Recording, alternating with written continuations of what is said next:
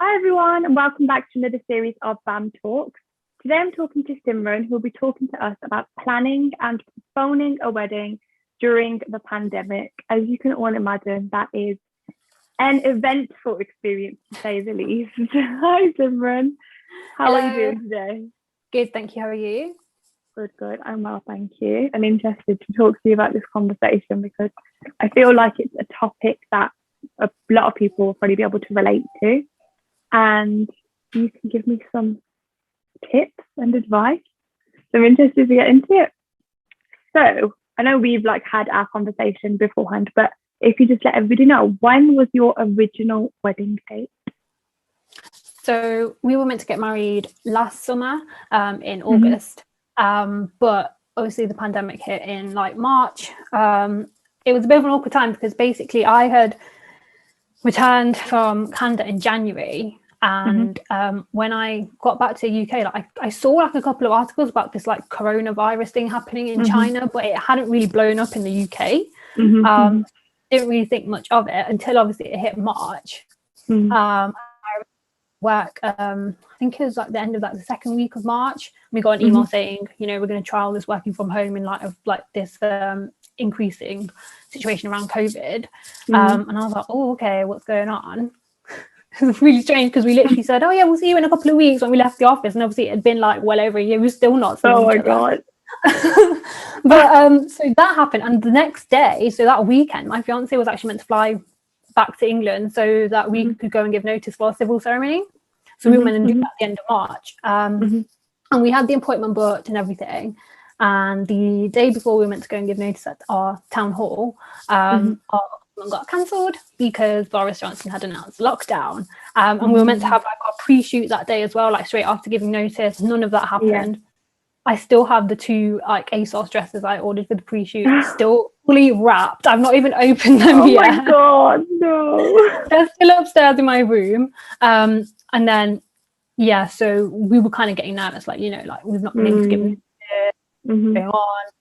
At that time, I think a lot of suppliers, I remember meeting up with our DJ just before the lockdown was announced, and he was like, we're expecting to get back to weddings around August time, so you should be fine because obviously our date is in August. But no one kind of knew it was going to turn into this whole big thing, the world would just come to a stop for months on end, if not over a year.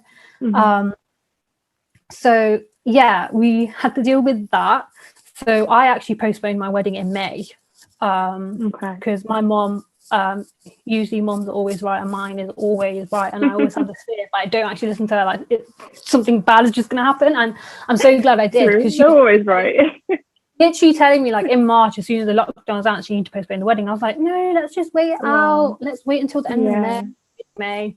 But at the very start of May, I had to obviously postpone, which was just stressful. It was the most, it's probably one of the most stressful things I've ever done. And considering, we've been through things exams, uni, working while studying and all that stuff. Definitely this whole postponing the wedding was just stress on a whole other level. I was emailing suppliers the day that I postponed at about 4 a.m. So I was on the phone to my fiance who lives abroad in Canada. I was on the phone to him at 4 a.m. thinking, I think we're gonna have to postpone, I'm gonna do this and this. I'm going to have to email all of our suppliers. I'm going to have to email all your suppliers as well, the things that you or your family were sorting out as well. And I was doing that at 4 a.m. and then come 9 a.m. I was still logged on for a full day of work, and I'm like, no one's come back to me yet. And mom was like, you need to chill out. You've emailed people at 4 a.m. on a normal work day. People are now working from new commitments and stuff and everything. They're not going to come back to you as soon as you sent an email this is the start of the working day, you need to chill out. I did not chill out. My main concern was we only had literally one date to work with because the Gurdwara was fully booked. Our venue only had certain dates available, and just lining up your whole list of suppliers was just proving very difficult, because I think at that time a lot of people were changing around their dates. And I literally had that one date because obviously some of the venues that I'd picked, the venue that I'd picked and the Gurdwara, I picked primarily because my dad's on a wheelchair. So I kind of needed somewhere that he's familiar with and that is very accessible for him, and I kind of didn't want to lose out obviously on the deposits for that, and also having to find another venue that's equally suitable. It just wasn't going to happen, because obviously 2021 calendar was booked up as well at that time. Like, we wouldn't have got a date until like maybe next year or beyond. So yeah, we were going to get married last year, didn't happen. Most stressful period of postponing and trying to get on with life, but we're still here and we still don't know any better. That's the worst thing. I know. It is. I think it's sort of that situation where it's like you have to laugh or you'll cry. Yeah, on Instagram today, sorry, I think I tagged you in the post as well, there was this post that a couple of the girls that I've got to know through social media over the past year or so, and more recently actually, where we're grateful for the girls that don't really know us that well personally, but we've met through social media, and we're sort of hyping them up and supporting their businesses or their ventures, etc. And I think that's the one positive thing, that amongst all of this stress and this mayhem and stuff, although we were locked down, we weren't able to physically go out and meet new people like we usually would. I think social media's played a really key role in actually bringing a lot of people from different backgrounds, different places together. So I'd say that's been a really positive thing. I've actually like made friends with other COVID brides, and we've kind of formed our little like solidarity groups and stuff, offering each other advice, and in a weird way it's kind of like it's a nice thing to have come out of all of the craziness. Definitely. No, that's really good. It's really good to hear, to be honest, because I think a big fat Indian wedding like is enough to impact your mental health and enough to like give you anxiety. So to have that on top of a pandemic is just, I can't even really put it into words, because it is so like beyond difficult. I think the challenges that you face are just incredible. Like things that kind of you wouldn't even expect, and even things that you'd think during a pandemic they won't be as difficult, or some things will maybe be toned down aren't, and they're actually instead heightened. And I definitely think for the bride, that's really like a hard thing to overcome, because you're having to deal with every kind of bullet kind of shot at you, really. Yeah, no, definitely. So I agree. That's really hard. It was, definitely, because so when did we postpone? So we postponed in May. At that time, I'm pretty sure I was working obviously full time, and I was working to qualify as a lawyer. So I also had like courses and stuff to do in between as well. So I was trying to deal with all of that, as well as postpone a wedding. And also my dad then got hospitalized in July. He's had dementia for a number of years now, and he doesn't communicate, he can't move either, so he's very dependent on myself, mom, and the carers at home that he has. And he was hospitalized for 2 weeks in July, which was absolutely heartbreaking, because obviously at that time you had this fear of, he's going to get admitted to a hospital, and we were hearing of, people contracting the virus in the hospital. And particularly in Dad's case, because he couldn't speak and he couldn't move or do anything for himself. So having him taken away for 2 weeks, knowing that he's not got anyone with him, and we weren't allowed to visit no matter how much we treated, there was just nothing. I just thought it was absolutely ridiculous that we weren't allowed, but having to deal with that, and then from home, and obviously his conditions deteriorated even more, that was more difficult. And then I was thinking, actually, you know what, if I was due to get married in August, like, how would I have dealt with this? So maybe that is why we won't ever know why how these things out. You try and look for a silver lining wherever you can. And then obviously dealing with that, and then obviously I hadn't then seen my fiance since I think April was when you went back to Canada last year. I've still not seen him in person since, so it's just one of those things. It's like, it's not just the whole, it's not just a wedding. Like, I keep hearing on the news or whatever, like, why are people so obsessed with getting a definitive date for when it's reopening? Like, weddings are just one big party. Like, they're really not. No. It's especially in our culture, I think. I think people miss out the fact that you've got to carry on your life at the end of the day, and it's very like taboo to kind of move in with your partner unmarried, or like have kids or whatever. That type of stuff is very taboo in our culture, and it's sad, because it means that those who have been waiting to get married and haven't been able to are stuck in limbo, really, aren't you? Because it's not just a matter of you getting married, it's actually a matter of you like moving your job, like changing like where you live, like packing up your whole life and everything.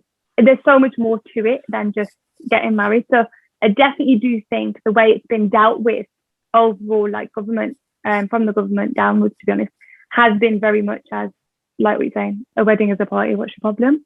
Yeah. But it's not even that now, like my reception venue has been allowed to open since the 17th of May, and they've hosted like bingo and games nights and like all these other events. 400 like people capacity, and I'm thinking, okay, if that's allowed and they're all people, you know, that are sitting tables that are still quite close to each other, they're not even like, you know, the 2 meters apart or anything, and they've got all the protocols in place to be, you know, a COVID safe venue as it were. Why can't we then have our wedding? Because like we know our families, we know who to trust, and we know like the majority of my family, you know, like they've got kids, so they're testing themselves like twice or more. Anyway, testing kits. My mum works in a school as well, so like she's got to deal with it as well. And obviously we're overly cautious anyway because of having dad as a single person. And obviously we know what our immediate family, you know, are like and who they mix with, and we can trust that and make our own judgment.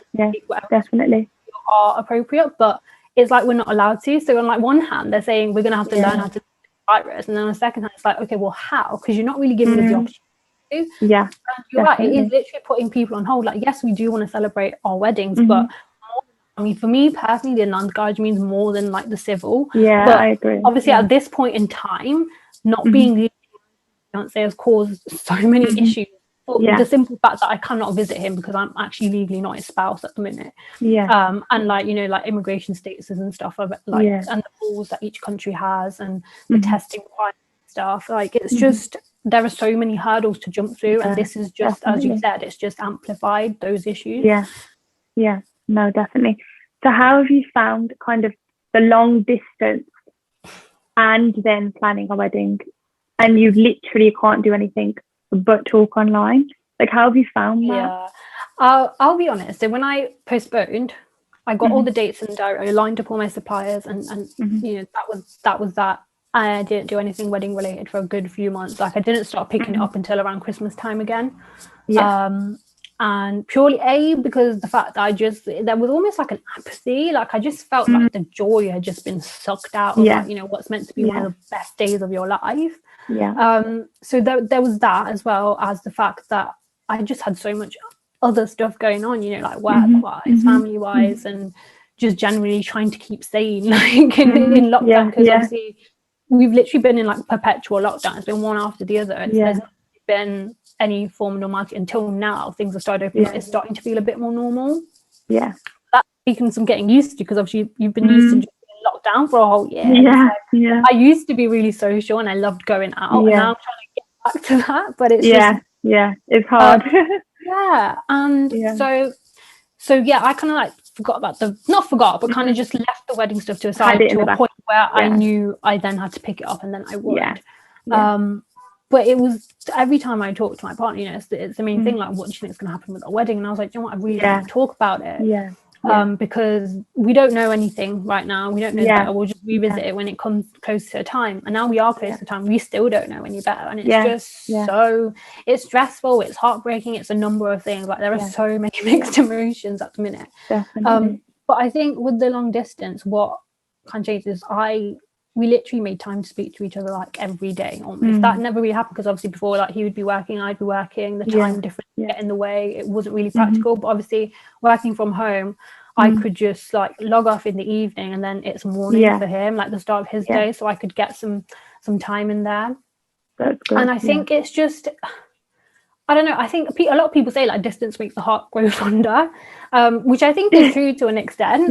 But also the fact that, like, I think it's really key in like when, I guess, either you're picking your partner, you're getting to know your partner, like you kind of know who you feel safe with, and you kind of know, like, no matter what happens, you're still going to make it work with this person. So I think that's kind of like what happened with us. Is like, okay, we literally, like, as you said, like, every single bullet in the gun has been shot at us by now. Like, you know, you can't get married, you can't see each other, like nothing, no positive news for like months and months on end, up to about a year. But it's just kind of, I don't know, if I guess it's kind of like trying to make yourself stay sane, and also just know and have faith in the fact that things will work out. And if you want them to work out, obviously with this particular person, that you put every effort in, that's going to happen for you no matter what. So it was difficult because I mean, like, how do you not see someone that you're that close to for over a year? But you just have to literally try in the circumstances the best that you can. Like, I know people that, their partners are in England, just another different part of England, maybe like a few hundred miles away or even less. Because of lockdowns, we couldn't visit each other. And they've been having virtual dates and all that as well. So it's just like, it's kind of, my mum kept repeating this to me as well. She was like, you're not alone. Like, you're not the only one. I was just going to say, it was weird because everybody was at the same boat. It didn't matter if you were in a different country or down the road. And I think that's somewhat comforting to hear, like, even though it's a really, rubbish situation for everyone to be in, it's comforting to know that you're not the only one going through it. And like I said, that's kind of led us to connect with people. That's kind of led us to, like you and I have connected over this as well. Like, it's just things that we can all relate to and just kind of make it easier, if anything, to get by. What would you say has kind of been the most difficult part of actually postponing the wedding? So kind of like talking to suppliers, talking to family, mental health, like what would you kind of weigh up as the most difficult, and how would you kind of change that for the people? Like, what tips would you give? So I would definitely say the mental health side of things has been the worst. Talking to suppliers has not been bad, although it was kind of difficult trying to get everyone lined up for the same day and making sure everything still works. Sorry, I think I've got a flight in here. That's just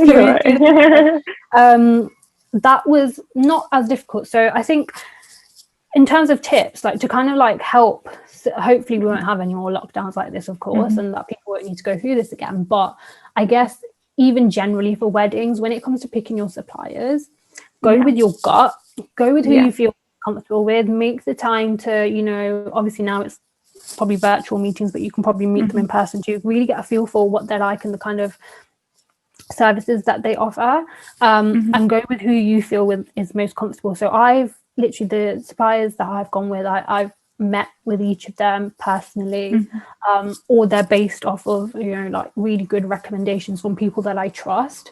I think that helps alleviate a lot of stress later down the line, because then you're not dealing with any like last minute surprises. You kind of know the person, you trust them, you know what their work is like.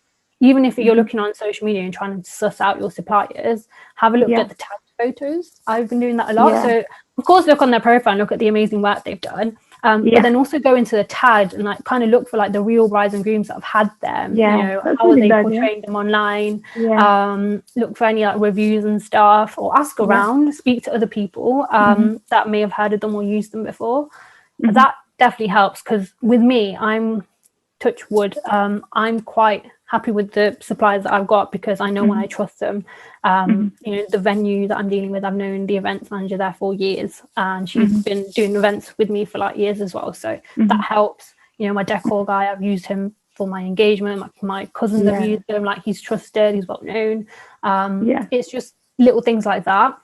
And then so I guess that's the whole like the postponing side of things. I just keep open communication with them. Check in every now and then. Like, don't I probably wouldn't do what I did, whereas you postpone and then you leave it months. But to be honest, last year was a bit different because I postponed in May, and then obviously smaller weddings were happening somewhat, but then obviously everything got locked down again by like November time as well, because I remember one of my friends had to literally she had her civil wedding and she was meant to have her Hindu wedding the week after. She had to literally completely replan her wedding in the space of 2 days, just to do it in time for before another lockdown. And I think it's really important to have people that and trust, like I said, and also to keep open communication with them.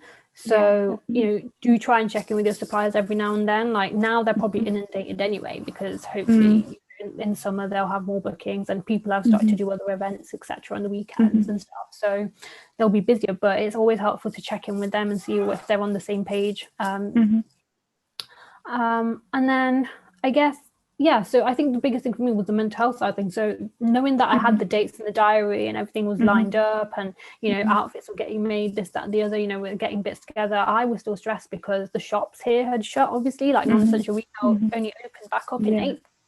And I'm one of those people that I need to physically see and feel things before I buy them, rather than online, particularly when it comes to like, Indian things like wedding stuff. because obviously our whole intention was to go to India last year to go shopping, because that's what our family's always done. Like, so my mom's family is from Delhi, and that's like my favorite place to go shopping. And I had like a list of all the stores that I was going to go to, like where I was going to get my outfits from, all the designers that I was going to go and meet, and none of that happened. Like that in itself was like probably a big disappointment as well, rather than the wedding happening alone. So, you know, you kind of sacrifice things already for your wedding. Like, you're not being able to do shopping normally or enjoy it. Like, you can't take bridesmaids with you. You can't take, you know, like a lot, or do like a hen do or anything like things, that. Yeah, little things like that. Little things that you'd want to have. And I think that's the other bit where people don't actually realize it's more than just the wedding day itself. There's so much in the lead-up that you're meant to enjoy, and like as brides, you know, we plan every single detail, and we've just not been able to do it, or we've been able to do it, and then like the plans have just been completely decimated, and we've had to, or even just like had to do it like by yourself, whereas normally you would have done it with your friends and family. That so, is like so it's more depressing than anything, because it's like, I'm supposed to be really enjoying this moment, and exactly. I felt like that so many times throughout the past year. Like, you know, it's my wedding, I should be enjoying this. Why am I not? Why is it actually? I feel like it's more hassle than it's worth, and I shouldn't be feeling like that, because I'm one of those people, like, I love planning events and I love hosting events. Any of my friends and family can say, like, I always make a big deal, like even if it's like a little birthday do for someone, like the little details, I love that kind of stuff. And even with my outfit, like my bridal outfit I've designed from scratch with my designers in Delhi. Luckily that got sorted out way before the pandemic hit, but obviously getting it over here was another stress. But luckily, you know, again, like I said, like my suppliers made it work, so I cannot stress enough to go with suppliers that you trust and that you have a good gut feeling about. But yeah, on the mental health side of things, you know, despite having everything in order and knowing in the back of your head that, all right, you know what, whatever happens, at least dates are in the diary and I'm kind of prepared, I could get married, like when it comes to it, it's still stressful. I think maybe for me things were heightened by the fact that obviously I had the whole long distance thing to deal with as well, and family stuff, and, you know, work commitments and all that kind of stuff. So there was a lot going on, and I think that heightened it all. But I think just generally being in this whole sort of pandemic situation for anyone, it's just caused so many mental health issues. And I think although we talk about it, I think it's still quite overlooked, because I think people nowadays like to throw out the term about, you know, mental health. We should be you know, check up on your colleagues, check up on your friends, check in on them, like if they've not, like, you know, reached out in a while and stuff. But then it's so easy to just like do that once and then kind of forget about it. And I'm one of those people that I don't really like asking for help, if I'm honest. Like I like to do things and do it the best I can by myself. And if I'm struggling, you know, I'd really want to give it a good whack first before I ask for help. And I think a lot of people like that, you know, they find it difficult to ask for help. So particularly when it comes to things like your mental health, it's not easy to reach out sometimes. I'm quite lucky in that I've got a really good support group. So, you know, like my fiance, my friends, one of my friends is actually a clinical psychologist. So like whenever I talk to her, she instantly just gets it. But then I don't expect her to be on duty for me. Like, you know, she's meant to be my friend, not like my therapist or my psychologist. So it can be difficult. But I think if you're lucky enough to have a good support group, really make the most of that, because at the end of the day, if you love and trust those people, they're there for you and you're there for them. So it will never be too much of a task for someone that genuinely cares about you. And if you don't feel comfortable reaching out, or you don't have that support group in place, then there are obviously other resources that you can look into online. And it's just about literally letting go of that fear of having to reach out. Like, don't think of it as a bad thing. If anything, it's gonna help you. You'll end up feeling better, and then things will just slowly start to get better for you once you get the help that you need involved. So I think really don't overlook that. And I think the other thing that came out of last year is that you really need to make time for yourself. People used to say this to me all the time. It's like, even when I was like studying and part-time and working full-time, they were like, how do you deal with this, and how do you deal with everything going on at home, and then you just walk into work and you're like fine. And I was like, if anything, this is my break. Like, I enjoy coming to work because it's kind of like a break away from everything else that's going on, which is a weird way of thinking about things, I guess, but it's it just felt like that at the time. The thing is, I think at that point I didn't really appreciate the dangers of getting burnt out.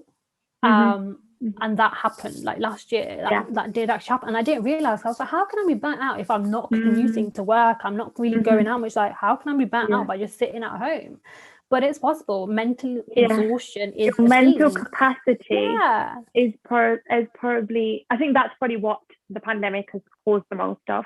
Just genuine mental exhaustion for everybody. If you're working from home, your office is in your living room or in your bedroom. That's personally, I work in a school. I have not worked at home throughout any of this, but that is my worst nightmare. 100% agree. You have to make sure you're taking time for yourself, and you have to do what is in your best interest. So if like doing something that you enjoy is your way of like relaxing and having your downtime, do that, whatever it is.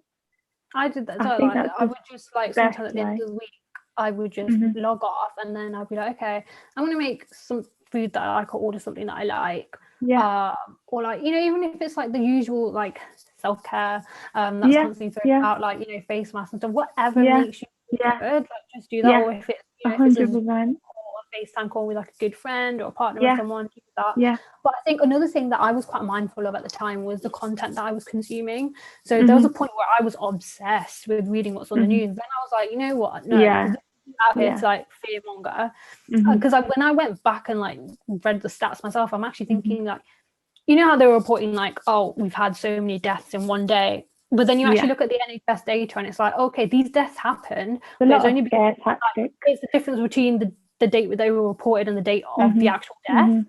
So when you look at that, it's actually, okay, I can actually like understand that now. So then there came a point where I was like, I have to stop literally being obsessed with because it's no good for my mental health. I also then had to stop, you know, the content on social media as well. Like sometimes I wouldn't want to look at overly positive things because that's just kind of like a false reality to me, because I'm thinking it's okay to accept that you're actually not feeling okay. It's okay to definitely that aren't okay at the moment and that they will get better, but there's no point creating this false sense of positivity. I can't like I can't relate to that anyway. And then there were things about, you know, like how people were just sort of hating on like the rich and famous for carrying on with their lives and stuff. Like I think just be mindful of what you're consuming, because at the end of the day that might consume you.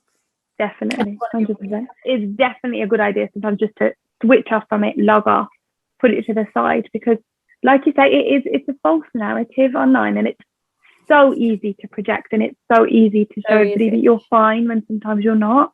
And I think it's really, I think it's really positive to acknowledge sometimes that actually no, it's really bloody hard to plan a wedding and then go through a pandemic, and only people who have done that will get it. That's true, because you already said like wedding planning in itself is stressful enough, and now you've got to deal with it in this situation that we've never had to face before. No one's had to really face before, and nobody knows literally how to do it. Exactly, like that's the other thing. No one can say this is the right way to do it and this is the wrong way. Everyone will just have their way of doing it, and that's fine.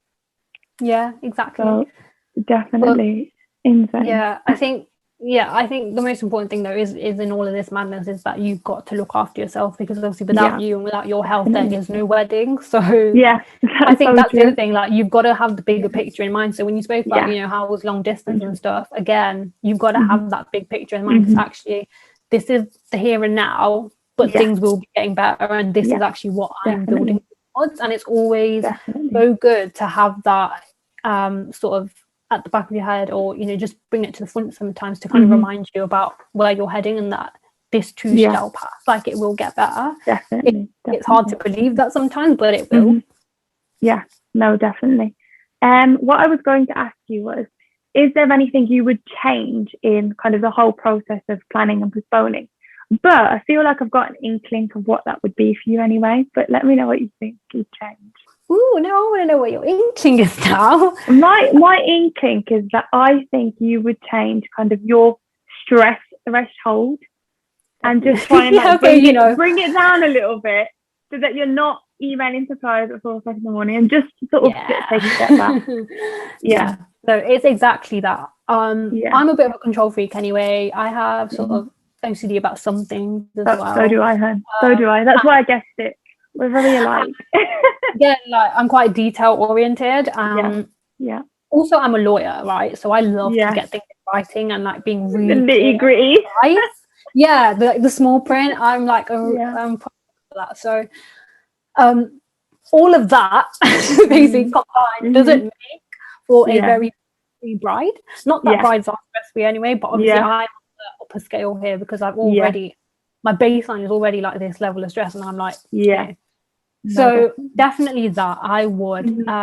There's no point emailing the suppliers at 4 a.m. There's no point trying to like chase them 4 hours later for a response. Look their laptops for the day. Like, I think maybe, you know, like you said, like no one knows how to deal with this situation. It's so new for everyone. And granted, you know, there are going to be people like me. There are also going to be people on the other end of the spectrum who are going to be like, oh, forget it, we'll just deal with it when the time comes. And that's fine, you know, everyone's different and that's fine. But I know I can't be that person.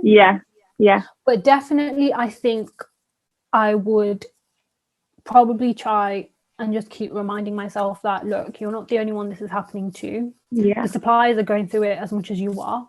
And I have every sympathy for the industry, because obviously, like, I've got to know so many suppliers now, you know, be it through modeling or through my own wedding planning or other family and friends' wedding planning. Like, they're going through it as much as we are. You know, they're actually making like huge financial losses as well. As, you know, like we're scared of losing deposits. They're also scared of losing our deposits and stuff. And it's just been an industry that's literally been decimated now by the pandemic. There's been no real guidance for it. It's literally, you know, hospitality slowly opening up, this, that, the other. Travel is shut down for reasons that we all understand.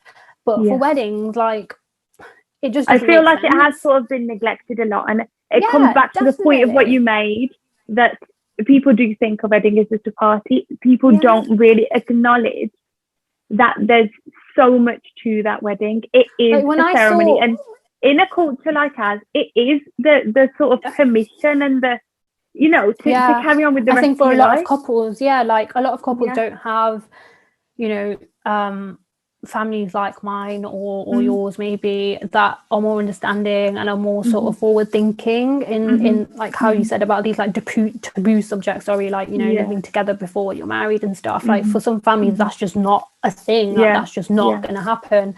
And I really feel for those couples, because obviously it must be like 10 times worse for them, you know.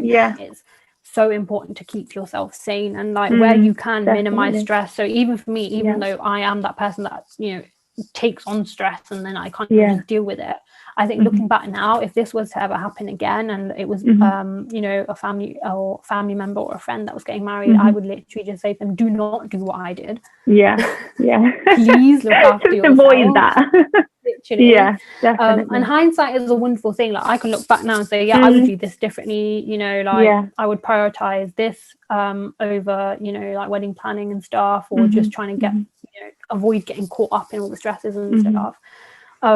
And it's just important for you to sort of know yourself, know your limits, and just take that break when you have to, because literally burnout is just not fun. Like, if I didn't get COVID luckily last year or now, so luckily I've not had that virus, but being burnt out is going to cause you health problems. Like, physically it takes a massive toll on your health, and you really need to sort of like be mindful of that, because you know, the wedding can wait, but your health can't. Like, you have to make that a priority. 100%, and I think that has been emphasized over the last year or so. But I think still for us, like, it's just one of those things, like, you don't think about it, you'll be like, yeah, I'm fine, get on with it. And then until that time it happens and you're completely like, what is going on with everything, you're panicking, it's horrible, and you don't want to be in that position at all. No, definitely, you don't. COVID has literally brought out the both sides of people. Like, you've seen the best and the worst in people, and literally gonna like judge you because we've been through it, and it's something that you don't want to go through again, and it's just something that we've got to deal with, but you've got to deal with it in the best way for you. And like I said, be mindful of the content that you're consuming, don't let it consume you. And I think it's just generally being mindful in everything that you do. Definitely. Be it in wedding planning, work, whatever, know your limits and know when to take a step back and just ask for help, because I think workplaces now, like family, friends, everyone's kind of more clued on to this whole, like, you know, being aware about your mental health and like your mental capacity. I feel like a lot of people are a lot more understanding now as well. Definitely. Because of this experience. So if you hadn't ever experienced anxiety before, there's a high chance during the pandemic you've probably had some feeling of anxiousness. So I think it's made us all quite aware of different things and maybe realize, oh, that's what so-and-so was talking about. I just had that feeling in my tummy where it started to, exactly. you know what I mean? And I feel like people have probably opened up a lot more to that idea of, oh, okay, you were feeling anxious or you were feeling like this, that, and the other. And just going, I get it a little bit more now. So I feel like the pandemic's probably opened us all up to that, I think, which is good, to be honest. And it's beneficial to us all. Amazing thing, At least we can all openly have a conversation. Definitely. And just sort of try and help each other as much as we can. But that's it. When is your new wedding date? So it's soon. It's in a few weeks now. Okay, wicked. This course. So again, we don't know what's going on, but we're just kind of going with the flow. So is it after the June 21st? Yeah. Okay, cool. So my fingers toes, everything's crossed for you. Thank you so much. I honestly wish you all the best. Hopefully it all goes ahead and you'll be fine. So I'm sending all my positive vibes your way. No, thank you. I really appreciate it. Yeah, because literally at this rate you could be planning for a completely different wedding to what you had in mind, and it's just about knowing. But yeah, literally just going with the flow, accepting things as they are, just trying to make the best of it, really. And I think that's what everyone's doing, and that's what we should do. I wish you all the best, Sim. I will speak to you soon. Okay, thank you so much for this chat. Thank you, Sandeep, and thank you for creating this platform where we can just come on and talk about these things. I think it's absolutely amazing, so I can't wait to see what else you've got in store. Thank you. I'll speak to you soon. Okay, bye. Bye.